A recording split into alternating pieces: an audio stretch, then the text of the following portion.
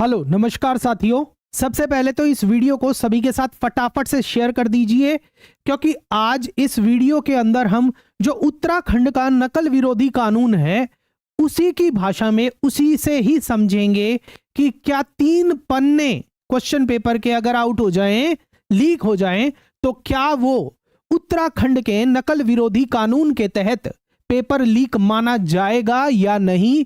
आज हम ये सब चीज, ये सारी दुविधाएं उत्तराखंड का जो कानून है उसी की भाषा में, उसी को यहां पर आपको देख के पढ़ के समझाऊंगा कि क्या वो पेपर लीक की परिभाषा में आएगा या नहीं आएगा।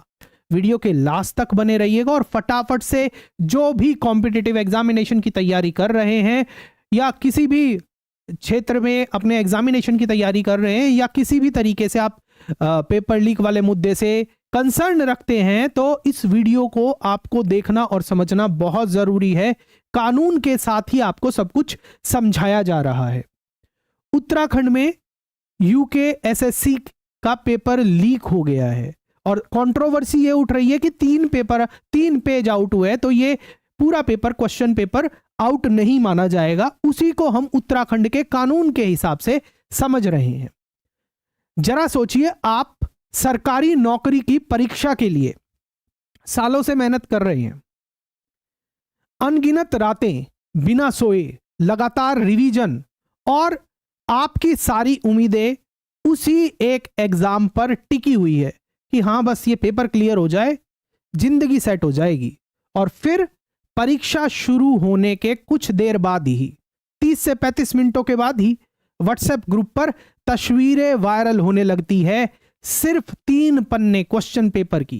प्रश्न पत्र के 3 पन्ने लीक हो गए हैं, पूरा पेपर नहीं, ये बात ध्यान रखिए, सिर्फ 3 पन्ने।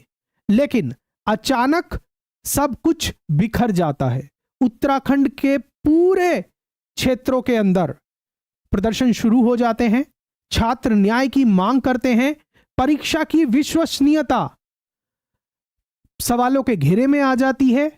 सरकार कहती है कि हमने एक कानून लागू किया हुआ है, नकल विरोधी कानून 2023 का, और उसके तहत जो भी दोषी है उन पर अनुचित साधनों के प्रयोग या फिर इस कानून का हनन करने के लिए सजा दी जाएगी।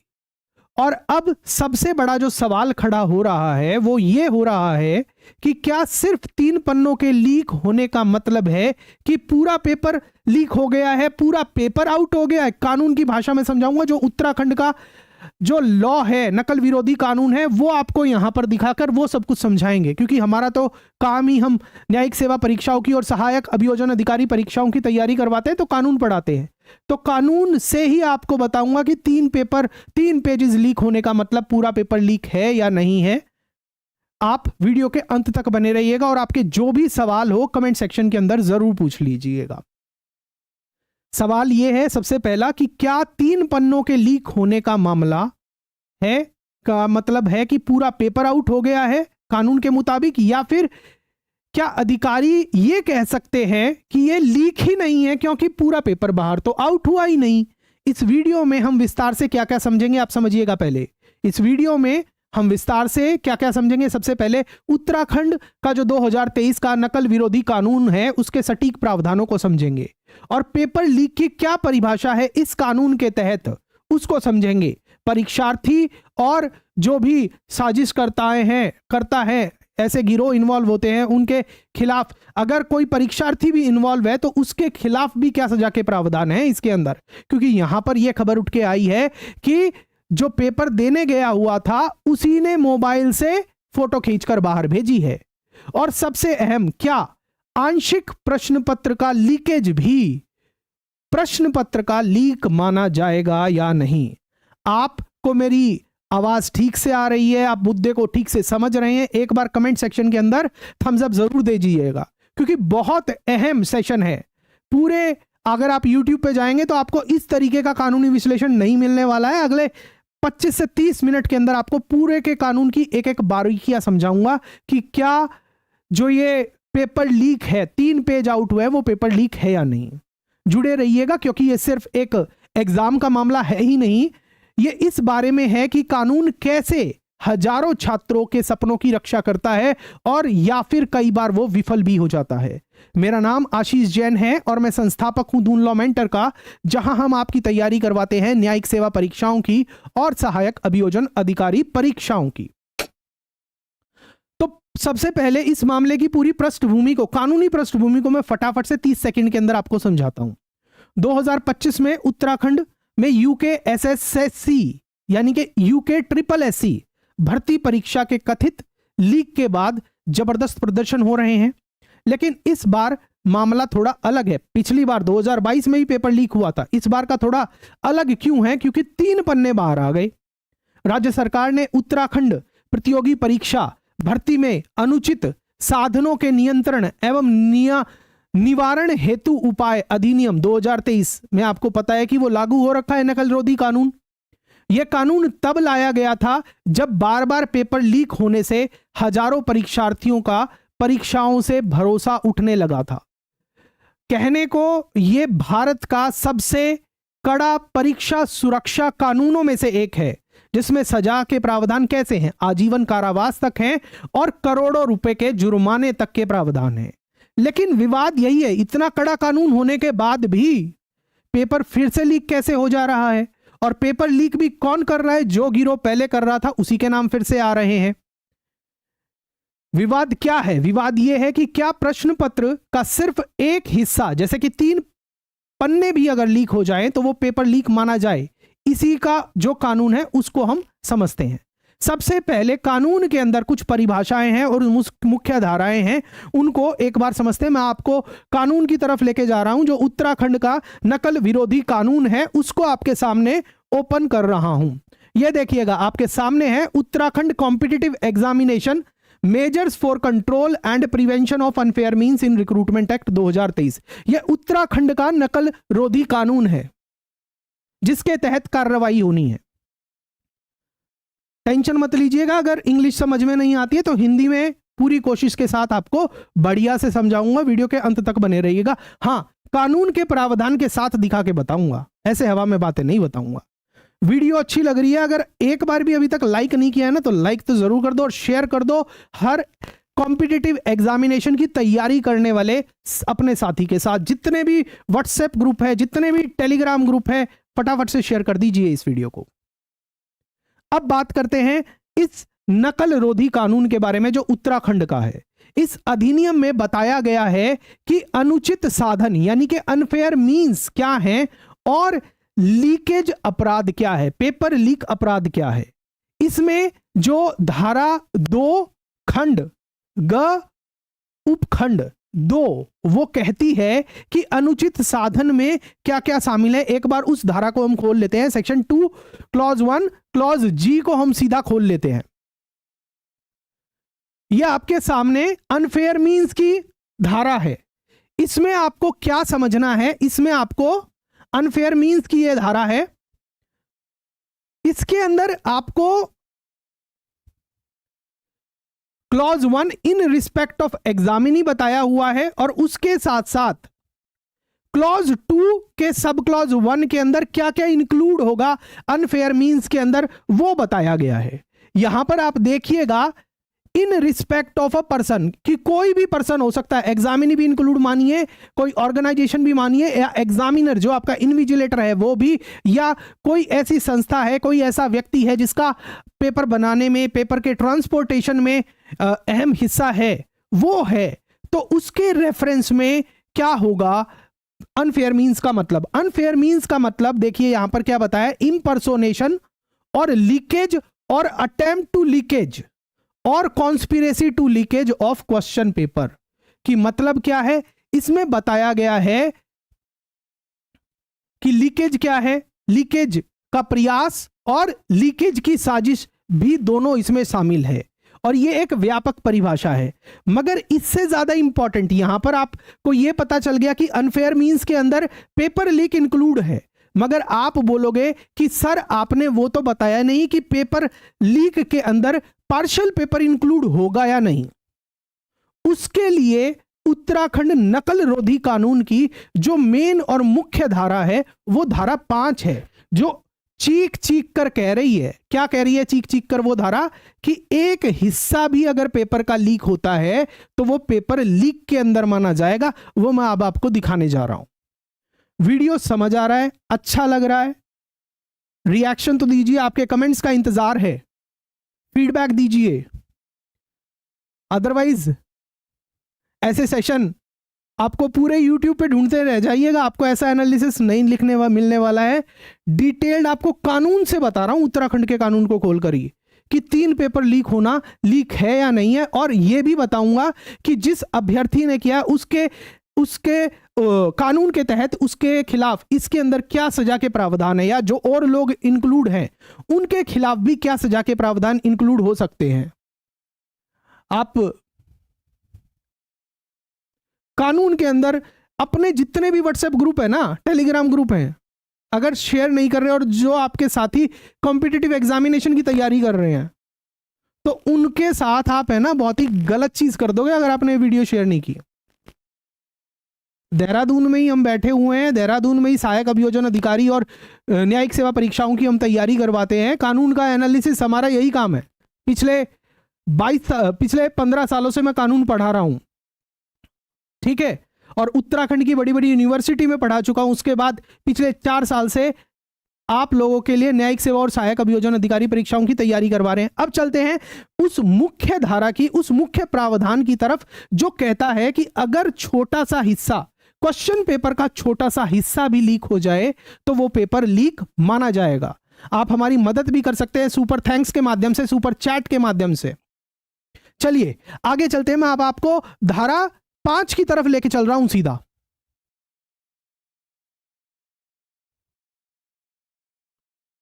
ये देखिए धारा 5, ध्यान से पढ़िएगा क्या कह रही है चीख चीख के। इसका जो मार्जिनल हेड नोट है ना, धारा 5 का मार्जिनल हेड नोट, ये धारा 5 पोजेशन और लीकेज ऑफ क्वेश्चन पेपर और पार्ट देयर ऑफ, कि मतलब पेपर का कुछ हिस्से के लीक होने को भी यहां पर अपराध माना गया है। मतलब अगर पेपर का थोड़ा सा हिस्सा भी, ये तो 3 पेज लीक हुए हैं, अगर एक क्वेश्चन भी लीक हो जाता तो वो यहां पर अपराध होता। थम्स अप करो, आपको बिल्कुल कानून के अंदर दिखा दिया है। रिएक्शन तो दे दो यार, वेट कर रहे हैं। अगर आपने वीडियो शेयर नहीं की ना और आप रिलेट नहीं कर पा रहे हैं अपनी दुविधाओं को, अपने क्वेश्चंस, आपके कोई सवाल हो तो वो भी पूछ सकते हैं, बहुत कुछ सीखने को मिलेगा। जो कानून क्वेश्चन में है उसी कानून की भाषा में आपको दिखा रहा हूं सीधा। देखो क्या लिखा है, पोजेशन और लीकेज ऑफ क्वेश्चन और पार्ट देयर ऑफ, मतलब पार्ट देयर ऑफ का मतलब होता है उसका हिस्सा भी। यहां तो 3 पेज लीक हुए हैं, एक क्वेश्चन भी लीक होता तो वो भी पेपर लीक माना जाता धारा 5 के अंदर। धारा 5 क्या कहती है? धारा 5 में बिल्कुल साफ साफ लिखा हुआ है कि प्रश्न पत्र या फिर इसके किसी भी भाग या प्रतिलिपि का कब्जा, लीक या लीक का प्रयास, और चाहे वो लीक का आंशिक हिस्सा भी हो, पूरा प्रश्न पत्र लीक ना हो रहा हो तब भी वो इसके अंदर कवर होगा, वो पूरी तरह पेपर लीक माना जाएगा। पूरी तरह पेपर लीक माना जाएगा। बच्चा लोग पॉलिटिक्स की बातें ना करें तो बहुत अच्छा रहेगा। मेरा पर्पस है, मेरा प्रयास है आपको जो कानूनी परिप्रेक्ष्य है वो समझाना, ठीक है, कि कौन पार्टी क्या कर रही है उसमें हम नहीं जाएंगे। मैं आपको कानून, उत्तराखंड का कानून है ना, तो उत्तराखंड का कानून खुद चीख चीख के कह रहा है कि अगर थोड़ा सा भी हिस्सा लीक है ना तो वो पेपर लीक ही माना जाएगा। आपको मैंने उसके लिए कौन सा बताया, धारा 2 क्लॉज 1 और धारा 2 क्लॉज जी और सब क्लॉज 1 रेड विद धारा 5। अभी धारा 5 के अंदर आपको ये सारी चीजें मैंने आपको, इसका मतलब क्या है कि अगर कोई पार्शियल पेपर भी लीक कर रहा है तो वो पेपर लीक माना जाएगा। अब बात करते हैं, कुछ सजाओं की बात कर लेते हैं। सजाओं पे बात करने से पहले एक बार धारा 9 की तरफ चलते हैं कि अब ये सुनने में आ रहा है, अब देखिए जो ये 3 पेज लीक हुए हैं वो एग्जामिनेशन सेंटर में फोटो खींचकर लीक किए हुए हैं, है ना। 35 मिनट के अंदर आपका पेपर लीक हो गया था, एक सुनने में आ रहा है। 30 से 35 मिनट में। तो इसका मतलब किसी ने एग्जामिनेशन हॉल से ही फोटो खींच के भेजी है, शायद वो आरोपी वो है, पकड़ा भी गया है ना। तो ऐसी स्थिति के अंदर क्या इस कानून के अंदर कोई धारा है कि जो परीक्षा केंद्र में किसी भी इलेक्ट्रॉनिक उपकरण को ले जाने तक को अपराध बनाती हो? यहां तो उस इलेक्ट्रॉनिक उपकरण को यूज करके पेपर लीक कर दिया, वो तो खैर बड़ा ही अपराध है। एग्जामिनेशन हॉल के अंदर मोबाइल फोन ले जाना तक अपराध है। हालांकि वो बात अलग है कि वहां पर जैमर काम नहीं कर रहे थे, तो उसके लिए प्रशासनिक जिम्मेवारी जिसकी भी होगी वो सेट की जाएगी। मैं यहां आपको कानून की भाषा में कानून की बातें बता रहा हूं। अगर आपको मेरा प्रयास अच्छा लग रहा है तो सुपर थैंक्स, सुपर चैट दे सकते हैं आप, ठीक है। तो चलिए मैं आपको धारा 9 की तरफ लेके चलता हूं। यहां से ये पूरी इसके अंदर बताया गया है किस किस तरीके से पेपर लीकेज माना जाएगा, कौन कौन कर सकता है। तो ये आप अपनी तरफ से भी पढ़ सकते हैं। अगर आपको ये कानून की कॉपी चाहिए, जब ये सेशन कंप्लीट हो जाएगा, इसके पिंड कमेंट में या फिर मैं कोशिश करूंगा कि इसके डिस्क्रिप्शन में आपको इसका भी लिंक मैं प्रोवाइड कर दूं। धारा 9 की बात मैं कर रहा था ना, धारा 9, prohibition of carrying of unfair means और equipment in the examination centre. धारा 9 क्या कहती है कि नकल का सामान लेके जाना या फिर इक्विपमेंट आपका मोबाइल फोन, कैमरा, ये सभी इसी के अंदर आते हैं। ईयरफोन वगैरह लेके जाना, ये सब इसके अंदर आते हैं। और ये क्या कहता है कि नो एग्जामिनी और एग्जामिनर, सिर्फ एग्जामिनी के लिए फोन लेके जाना मना नहीं है, एग्जामिनर के लिए भी मना है। Examiner or any other person engaged in the examination shall use any kind of unfair means or appliances at the examination center. ना कोई एग्जामिनी, ना कोई एग्जामिनर, ना कोई और पर्सन कोई भी अनफेयर मीन्स और अप्लायंस यूज नहीं करेगा एग्जामिनेशन सेंटर पर। Carrying any kind of electronic equipment, किसी भी तरीके का इलेक्ट्रॉनिक इक्विपमेंट, चाहे वो मोबाइल फोन हो, चाहे वो ब्लूटूथ डिवाइस हो, चाहे वो एप्पल, चाहे वो वॉच हो, चाहे वो कैलकुलेटर हो, चाहे वो पेजर हो, चाहे वो चिप हो, any device to influence computer etcetera at the examination centre shall be strictly prohibited. उसकी सख्त शब्दों में मनाही है, बिल्कुल स्ट्रिक्टली मना है, उसकी बिल्कुल मना है। अब इससे क्या समझे आप कि जो वो फोन लेके गया ऑब्वियसली इसके अंदर दोषी है। यहां पर इवन एग्जामिनर भी नहीं लेके जा सकते, ये कह रहे हैं। कानून इतना है तो सख्त, मगर माना जा रहा है या नहीं माना जा रहा वो बात अलग है। और जो धारा 12 है वो सजाओं की बात करती है। धारा 12 सजाओं की बात करती है।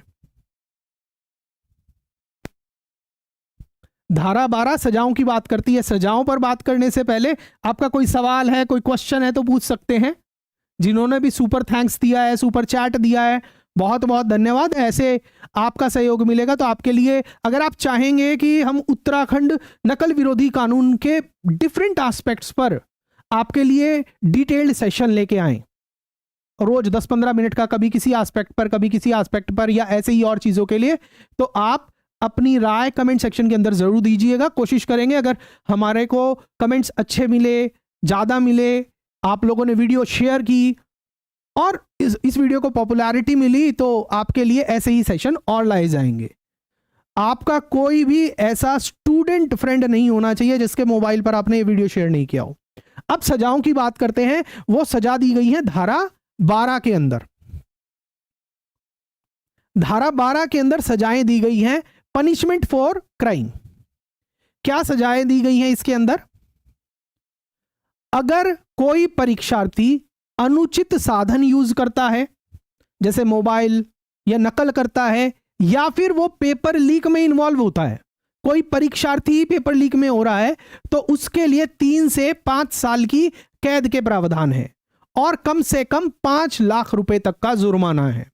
तो जिस बंदे ने पेपर लीक किया है, कहने को वो स्टूडेंट है, वो एग्जामिनी की तरह गया था, तो उसके ऊपर इस प्रावधान के तरह, देखिए, if any examinee is caught cheating himself और causing another examinee to cheat in the competitive examination और to have indulge in unfair means, या किसी भी तरीके के से अनफेयर मीन्स के अंदर अगर वो इन्वॉल्व है, तो उसको he shall be punishable with imprisonment of either description for a term which shall not be less than 3 years but which may extend to 5 years। मतलब कम से कम 3 साल की सजा और ज्यादा से ज्यादा 5 साल तक की सजा उसको हो सकती है, और उसके साथ साथ फाइन भी लग सकता है। और फाइन कितना होगा? वो 5 लाख रुपए से कम नहीं होगा, मतलब कम से कम 5 लाख रुपए का फाइन होगा।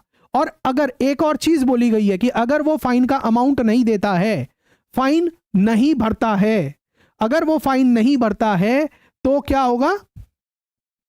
फाइन नहीं भरेगा तो such examinee shall be punishable with imprisonment for a term of 15 months additional, 15 महीनों की अतिरिक्त सजा भी हो जाएगी। यह किसके लिए है? अगर कोई पेपर देने वाला व्यक्ति ही पेपर लीक करे, अनुचित संसाधन यूज करे पेपर में, या किसी भी तरीके से अनफेयर मींस में इन्वॉल्व हो जाए। और मैं आपको बता रहा हूं अगेन, मैंने आपको दिखाया भी सेक्शन 2 क्लॉज जी सब सेक्शन 1 के अंदर अनफेयर मींस के अंदर पेपर लीक करना भी अनफेयर मींस की परिभाषा है, और सेक्शन 5 के अंदर यह बताया कि पार्ट ऑफ क्वेश्चन पेपर को लीक करना भी पेपर लीक है। ठीक है, तो अगर परीक्षार्थी ने अगर कोई गलत काम किया है, अनुचित साधन यूज किया है, मोबाइल फोन नकल की है या पेपर लीक किया है, तो उसको 3 से 5 साल तक की इस कानून के तहत सजा हो सकती है, और कम से कम 5 लाख रुपए तक का फाइन हो सकता है। अगर वो फाइन नहीं दे सकता, फाइन नहीं भर रहा है, तो उसको जो सजा मिली थी 3 से 5 साल तक की सजा, उसके साथ साथ 15 महीने की अतिरिक्त सजा भी हो जाएगी। अब अगर पेपर के लीक में जो भी साजिश करता है, चाहे वो किसी ऑर्गेनाइजेशन से हो, चाहे कोई वो कोचिंग संस्थान से हो, चाहे वो कोई टीचर हो, या फिर आयोग के ही लोग इन्वॉल्व हो, जो या कोई गैंग इन्वॉल्व है, जैसे हाकम गैंग इन्वॉल्व अब एक्यूजेशन लगती रही और पिछले बार में भी लगी थी उन्हीं के ऊपर, तो ऐसे लोगों के खिलाफ क्या सजा के प्रावधान है? ऐसे लोगों के खिलाफ क्या सजा के प्रावधान है? ऐसे लोगों के खिलाफ सजा के प्रावधान है। अच्छा, एक चीज मैं आपको बता रहा हूं, अगर कोई एग्जामिनी दोबारा से फिर से क्राइम करता है सेम पेपर में नकल वगैरह का, तो उसके लिए फिर से सजा बढ़ा दी गई है, वो 12 साल तक की सजा बढ़ा दी गई है, आप वो देख लीजिएगा। ठीक है, अगर कोई person printing press service provider contracted order for examination management वाला कोई बंदा या कोई गैंग इन्वॉल्व होता है पेपर लीक जैसी चीजों के अंदर या पेपर के मिसमैनेजमेंट से रिलेटेड चीजों के अंदर, तो कम से कम 10 साल तक की सजा हो सकती है उसके ऊपर, और आजीवन कारावास तक हो सकता है, और 1 करोड़ से 10 करोड़ रुपए तक का जुर्माना भी लग सकता है। ये किनके ऊपर? साजिशकर्ता या फिर जो जिसने पेपर लीक किया है, अनफेयर मींस यूज किए हैं, अगर वो एग्जामिनी नहीं है तो उसके ऊपर लग जाएंगे। एग्जामिनी के ऊपर 3 से 5 साल तक की सजा और मिनिमम 5 लाख रुपए तक का फाइन, मिनिमम 5 लाख रुपए का फाइन। अगर परीक्षार्थी या अभ्यर्थी के अलावा और कोई साजिश करता है या उसने अपराध किया है ऐसा, जैसे गैंग वगैरह ये सारे लोग, तो 10 साल की कम से कम सजा है और आजीवन कारावास मैक्सिमम हो सकता है, और 1 करोड़ रुपए से 10 करोड़ रुपए तक का जुर्माना लग सकता है। और एक चीज और मैं आपको बताना चाहूंगा, इसकी धारा जो 15 है वो बहुत इंपॉर्टेंट है। धारा 15 बहुत महत्वपूर्ण बात करती है, उसको भी एक बार देखते हैं। जो धारा 15 है इस कानून की, धारा 15 इस कानून की इस एक्ट के अंदर होने वाले हर अपराध को संज्ञेय अपराध बनाती है, कॉग्निजेबल बनाती है, यानी कि पुलिस बिना अरेस्ट वारंट के अरेस्ट कर सकती है, और हर अपराध इस एक्ट के अंदर गैर जमानती है, नॉन बेलेबल है, और गैर समझौता योग्य है, मतलब उसका कंप्रोमाइज नहीं हो सकता।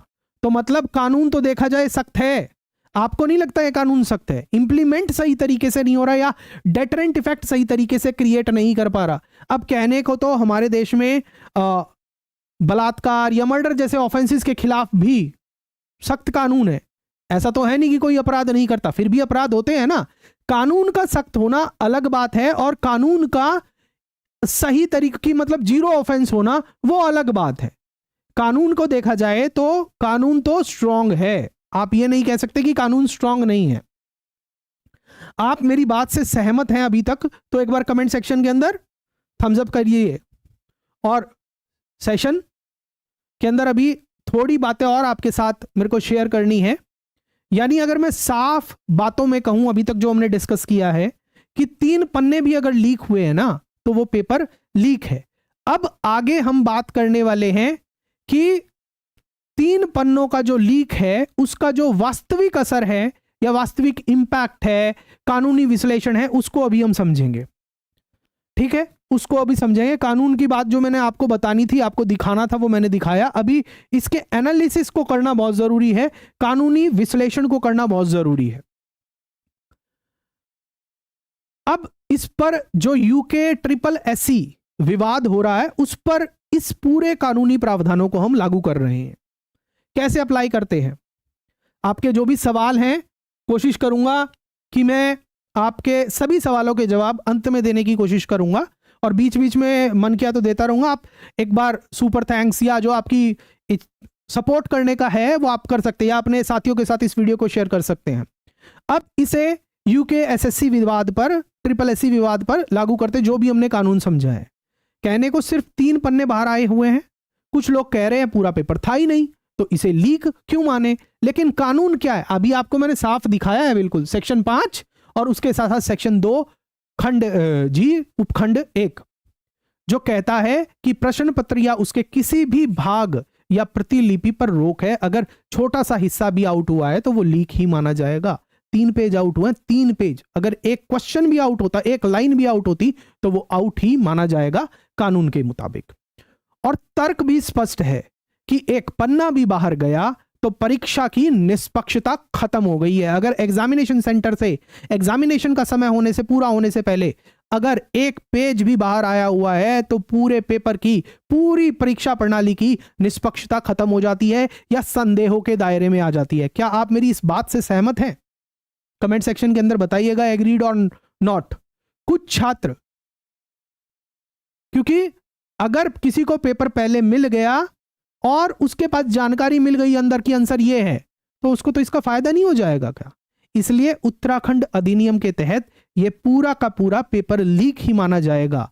यही कारण है कि सरकार और एसआईटी भी अब इसे गंभीर मामला मान रही है, और जो भी स्टूडेंट प्रोटेस्ट कर रहे हैं, जो भी आप लोग प्रोटेस्ट कर रहे हैं, कहीं ना कहीं सरकार भी उस पर काम कर रही है।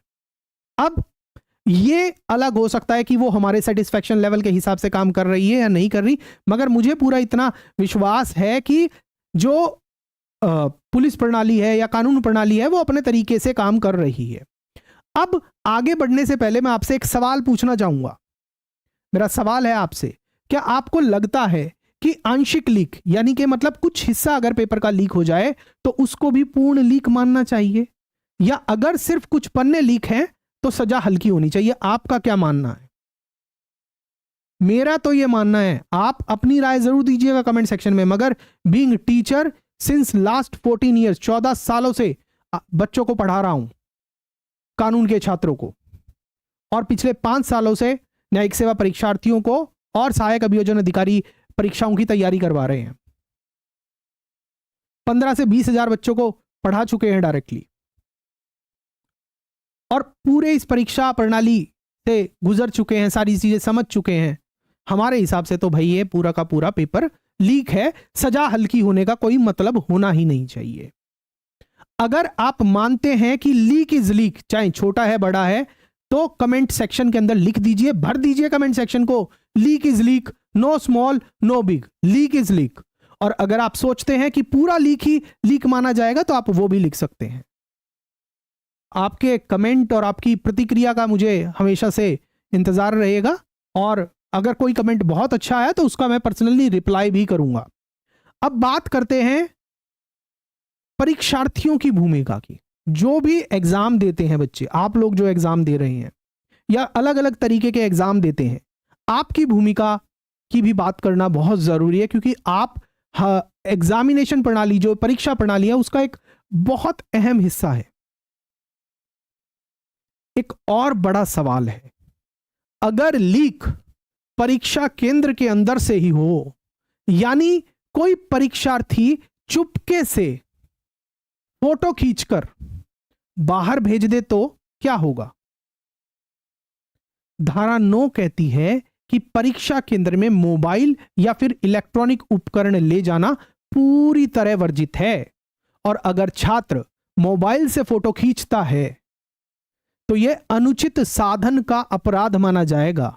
सजा 3 से 5 साल की कैद है और कम से कम 5 लाख रुपए तक का जुर्माना है। परिस्थितियों पर निर्भर करते हुए उसे लीकेज अपराध में भी गिना जा सकता है, जिसमें सजा और भी कठोर है, आजीवन कारावास तक के प्रावधान लग सकते हैं। फर्क इस पर पड़ेगा कि उसका इरादा क्या था और पैमाना कितना बड़ा है।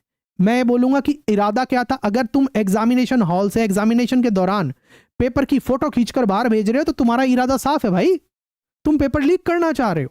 कोई तुम्हें पेपरों के उन सवालों के जवाब बता दे और तुम्हारी मदद कर दे, तुम उसमें निशान लगा दो, तुम पेपर क्लियर कर दो, तो इरादा खराब है बिल्कुल। अगर वो किसी बड़ी साजिश का हिस्सा है तो और सजा भारी पड़ेगी। यानी हां, परीक्षार्थी पर भी मुकदमा चलेगा कानून के तहत, जो भी इस अपराध के अंदर इन्वॉल्व है। इसलिए आप लोगों को, छात्रों को समझना चाहिए कि मोबाइल ले जाना सिर्फ नकल नहीं है, यह आपके करियर और आजादी दोनों को खतरे में डाल सकता है। सपोज करिए कि आप कोई पेपर लीक नहीं करना चाह रहे और आपके पास गलती से मोबाइल फोन अंदर चला गया और वो एग्जामिनर ने पकड़ लिया, तो इस कानून के हिसाब से वो अपराध है, आपका करियर तो खत्म। अगला कोई भी पेपर नहीं दे, चाहे आप कितना चिल्ला लेना कि मेरी कोई ऐसी मंशा नहीं थी, मैं किसी बार वाले से मदद नहीं लेना चाह रहा था। बताइए मैं ठीक कह रहा हूं या गलत कह रहा हूं? और चैनल को अभी तक सब्सक्राइब नहीं किया है ना, तो बहुत बड़ी गलती करने वाले हैं, क्योंकि आने वाले टाइम के अंदर और आपसे, छात्रों से जुड़े हुए मुद्दे, फैसले, लॉ, कानून, बहुत सारी चीजें हम आपके साथ लेके आएंगे। अब बात करते हैं कानून की कड़ाई की। क्या कानून वास्तव में कड़ा है?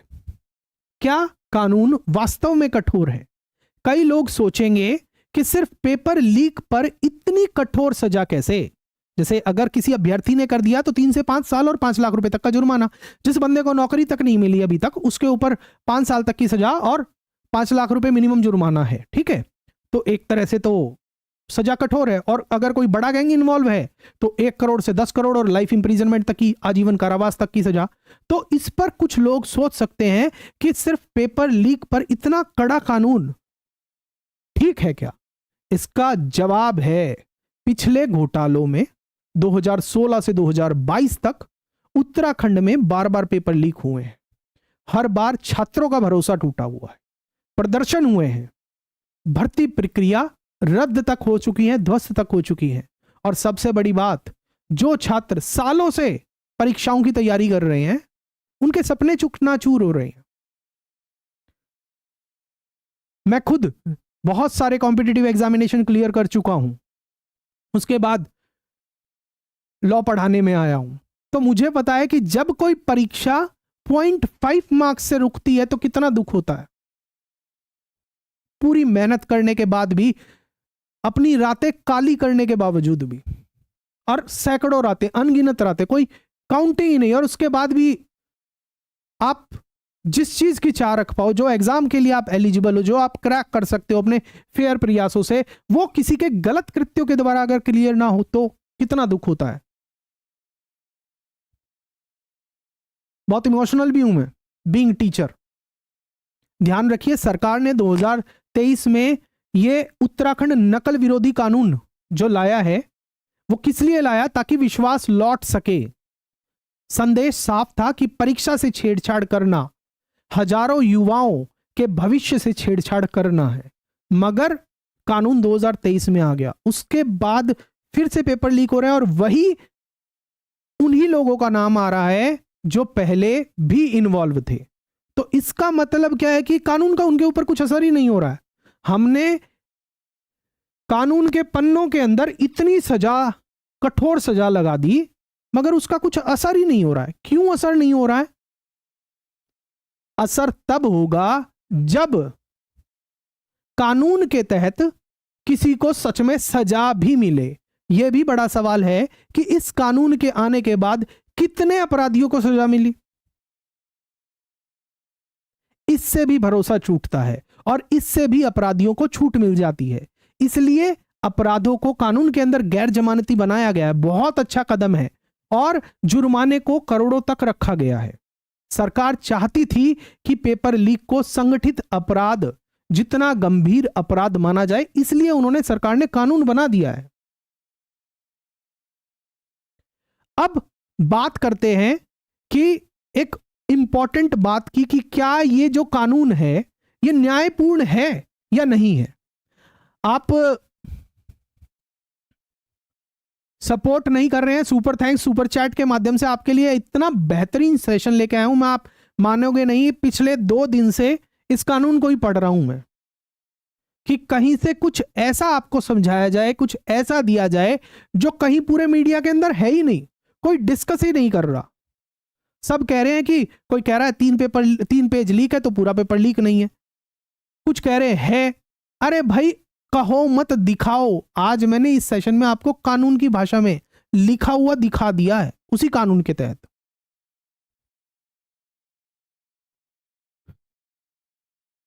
सवाल क्या उठ रहा है अब ऐसी सिचुएशन के अंदर? सवाल यह उठता है कि क्या यह कानून ज्यादा सख्त है या सिर्फ सख्त दिखाई दे रहा है। एक तरफ यह ईमानदार छात्रों को बचाता है कि अगर कोई अपराधी इन्वॉल्व है तो उसको सजा देगा, कठोर प्रावधान किए गए हैं। छोटा लीक भी परीक्षा की निष्पक्षता खत्म कर सकता है, इसलिए इसे भी गिनना जरूरी है। और यही मानकर शायद विधानसभा जब यह कानून पारित कर रही थी तो यह सोचा गया था कि छोटी लीक भी पूरा प्रॉपर पेपर लीक है, इसलिए ऐसा प्रावधान यहां पर जोड़ा गया है। सख्त सजा से संगठित गिरोह डरने चाहिए। दूसरी तरफ कभी कभी कोई छात्र मूर्खता से, गलत भूल चूक से मोबाइल ले जाए तो उसका करियर हमेशा के लिए खत्म, और कोई जानबूझकर धोखाधड़ी करने के लिए लेके जा रहा है तो उसका तो होना ही चाहिए, सजा मिलनी चाहिए जो कानून के प्रावधान है उसके हिसाब से। छोटी नकल और संगठित लीक के बीच की रेखा धुंधली हो सकती है, मगर रेखा है और वो साफ रेखा है, इसलिए अदालतों को बहुत सावधानी से तय करना चाहिए कि किसे कितनी सजा दी जाए। मेरा मानना है कि आंशिक लीक को पूर्ण लीक मानना बिल्कुल सही है। आंशिक एक सवाल, क्योंकि एक सवाल भी बाहर आया तो पूरा का पूरा रिजल्ट बिगड़ सकता है। लेकिन अदालत को यह ध्यान रखना होगा जब ये केस मामले ऐसे कोर्ट के सामने आते हैं कि सजा अपराध की गंभीरता के अनुसार होनी चाहिए। सेशन कंप्लीट हो रहा है, अंत में अपने सेशन को मैं कंक्लूड करूंगा, निष्कर्ष पर जाऊंगा, मगर निष्कर्ष पर जाने से पहले आज के सेशन के बाद आप कमेंट सेक्शन के अंदर फटाफट से एक तो यह मुझे बताइए कि सेशन कैसा लगा। 10 के स्केल पर आप आज के मेरे इस सेशन को 1 नंबर देना चाहेंगे, 2 नंबर देना चाहेंगे, 3 नंबर देना चाहेंगे, आपका जितना मन करे आप बताइए कैसी फीडबैक है। और आप इस कानून या और किसी ऐसे मुद्दे पर कानूनी विश्लेषण चाहते हैं तो वो भी कमेंट सेक्शन के अंदर बताइएगा। सेशन अच्छा लगा हो तो लाइक जरूर करिएगा, शेयर जरूर करिएगा, और एक YouTube का नया फीचर है हाइप का, हाइप भी जरूर कर दीजिएगा। ठीक है, अब 1-2 सवाल देख लेता हूं।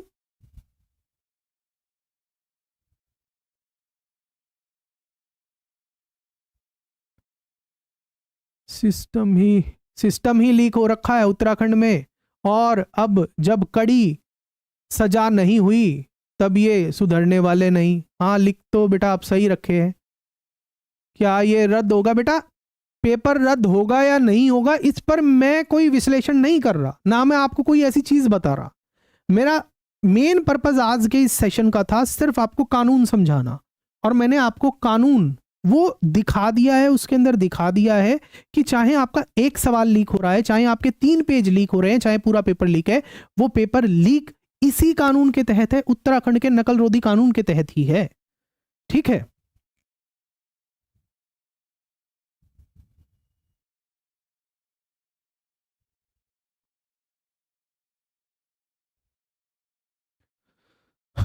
अंत में अपने निष्कर्ष की तरफ चलते हैं। तो निष्कर्ष ये है कि उत्तराखंड का जो ये नकल विरोधी कानून है 2023 का अधिनियम, ये साफ कह रहा है, चिल्ला चिल्ला के कह रहा है भाई, चिल्ला चिल्ला के कह रहा है। क्या कह रहा है? प्रश्न पत्र या पूरे के पूरे प्रश्न पत्र या उसके किसी भाग या प्रतिलिपि का कब्जा, लीक या लीक का प्रयास भी पेपर लीक है। आप समझ रहे हो, पेपर का हिस्सा लीक करने को तो लीक मान ही रखा है, मगर कोई अगर लीक का प्रयास भी कर रहा है ना, तो वो भी इसी के अंदर अपराध है भाई। कानून सख्त है। मतलब उसने पेपर लीक नहीं किया, लीक का कोशिश कर रहा था, तो भी अपराध है। यहां तो एक्चुअल में 3 पेज लीक हो गए हैं। तो हां, सिर्फ 3 पन्ने लीक होने पर भी यह कानूनी तौर पर पेपर लीक है उत्तराखंड के नकल रोधी कानून के तहत। अगर कोई परीक्षार्थी मोबाइल से फोटो खींचता है तो उस पर मुकदमा चलेगा। न्यूनतम 3 साल की सजा और ज्यादा से ज्यादा 5 साल तक की सजा और कम से कम 5 लाख रुपए का जुर्माना लगेगा ही लगेगा। और अगर वो बड़े गिरोह के साथ इन्वॉल्व है, साजिशकर्ताओं के साथ इन्वॉल्व था, तो सजा और बड़ी है। कम से कम 10 साल की सजा और ज्यादा से ज्यादा आजीवन कारावास और फाइन भी है। 1 करोड़ से लेकर 10 करोड़ रुपए तक का फाइन लग सकता है। सारे अपराध इस कानून के तहत संज्ञेय हैं, गैर जमानती हैं और गैर समझौता योग्य हैं। इस अधिनियम का संदेश बिल्कुल साफ है कि पेपर लीक छोटा हो या बड़ा हो, पेपर लीक लीक होता है। अगर आप मेरी इस बात से सहमत हैं तो कमेंट सेक्शन के अंदर एक बार जोर जोर से लिख दीजिए, paper leak is leak, no small no big. इस अधिनियम का संदेश बिल्कुल यही साफ है। इसी के साथ ये हमारा आज का सेशन पूरा होता है। अगर आपको यह विश्लेषण उपयोगी लगा हो तो वीडियो को लाइक करिए, अपने दोस्तों के साथ साझा करिए और ऐसे ही गहरे और आसान कानूनी विश्लेषणों के लिए चैनल को सब्सक्राइब करना मत भूलिएगा। और आप चाहते हैं कि इस कानून की और बारीकियों को आपके साथ और साझा किया जाए तो आप वो भी बताइएगा।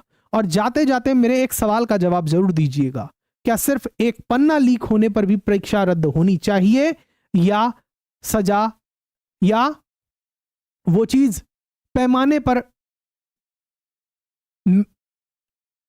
तय की जानी चाहिए? जो आप कमेंट सेक्शन में पूछ रहे थे कि परीक्षा रद्द होगी या नहीं होगी, इस पर मैं अपनी कोई राय नहीं देता, आपकी राय जानना चाहता हूं कि अगर 3 पन्ने लीक हुए हैं तो यह तो सच बात है कि पूरा का पूरा परीक्षा तंत्र, परीक्षा प्रणाली और यह पूरी परीक्षा संदेहों के घेरे में आ गई है। तो ऐसी स्थिति में आपकी कॉमन सेंस क्या है कि परीक्षा रद्द होनी चाहिए या नहीं? हाँ, परीक्षा रद्द होगी या नहीं होगी इस पे मैं कुछ नहीं कह सकता, मगर कानून के हिसाब से देखा जाए तो पेपर लीक है, इसलिए परीक्षा रद्द होनी चाहिए। मैं ये नहीं कह रहा कि होगा, परीक्षा रद्द होनी चाहिए ऐसा मानना है अगर ये सारा जो प्रकरण है ये हुआ है।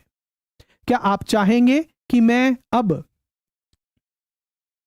इसके ऊपर आने वाले कुछ सेशंस और डिस्कस करूं आपके साथ कल परसों में? तो आप वो भी कमेंट सेक्शन के अंदर अपनी प्रतिक्रिया दीजिएगा। इसी के साथ ही हमारा आज का सेशन पूरा होता है। एग्जाम की तैयारी करते रहिए, बेड़ा पार जरूर लगेगा। मेहनत में कमी मत छोड़िए और कोई गलत काम करता है तो उसको सबके सामने उजागर भी करिए। मिलता हूं मैं आपसे अगले वीडियो में। जय हिंद।